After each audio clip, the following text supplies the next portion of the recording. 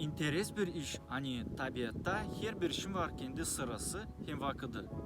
Yıl gaz gelir her zaman kışın ardına. Gün başlar ta sıcak vurma, yeşerer ağaçlar, ot hem çiçek büyür.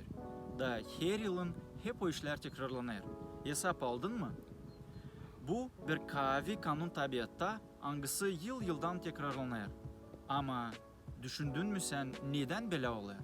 Niçin her bir işin var kendi yeri, herkes bilir kendi vakıdını, hem nereden o bilir? Nereden peydalandı bu kanun tabiatta? Sen daha cevap vermeden anlatacağım sana bir meraklı olay. 2000. yılda yazıcı George Keylor reportaj aldı moleküler biyologundan hangisinin adı Sam. Sam kendi ekibinden izlermişler DNA, türlü gen hastalıkların nedenlerini bulmadı. Sam yarıştırdı kendi işini bir büyük milyon sayfayla kağıdı kontrol etmekle. DNA o kağıt hangisinde sadece bir orfografi yanlışlığı varsaydı, olur gen değişilmesi hangisinin beterine duyar hasta uşaklar. Sam söyledi ki onlar artık 2 sayfa okudular da biraz başladılar kuralları anlama. Ama daha çok iş ileride bekler. George sordu, nereden bu informasya peydalandı bu DNA kağıdında? Sam cevap verdi, yok hiçbir de adam hangisi çalışır bizimle bu uğurda da inanır ki informasya evolüsyası oldu. Biz hepsimiz anlayarız. Hani bu DNA kağıdı yazılı kiminsiydi pek yüksek hem pek bilgiç hem akıllı fikirle. Ama biz hiçbir kere de bunu bir de söylemeyiz hem tiparlamayız.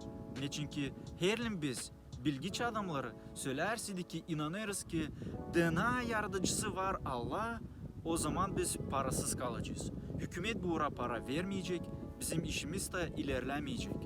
Peki gelecek vakit ne zaman biz öğreneceğiz gen hastalıklarını ilaçlama? Ama o zamandan biz lazım bir içeride fille ya da elefantla yaşayalım. O fil pek büyük, o kokar, o anırar, o ilişer bize. Ama biz lazım yapılalım, hani fil içeride yok. Pahalı dostlar, bu adamlar savaşırlar doğruluğu şalverlikle bastırma. Ama tene söyler Allah'ın lafı böyleler için. Zira gökten Allah'ın öfkesi açılır insanların her bir Allahsızlığına hem haksızlığına, angaları kendi kötülüklerinden aslılığı bastırırlar. Çünkü ne var nice Allah için bilme onlara açık, zira kendi Allah onlara açtı. Allah'ın görümsüzlüğü, onun sonsuz kuvveti hem Allah'lığı açık görünür dünyanın kurulmasından. Zira bunlar açılır onun yaratılmış işlerinden. Öyle ki onlar cevapsız kalır. Pahalı seyrediciler, her birine bellidir ki bu dünyanın yaratıcısı var Allah. Da gelecek vakit ona karşı gelme.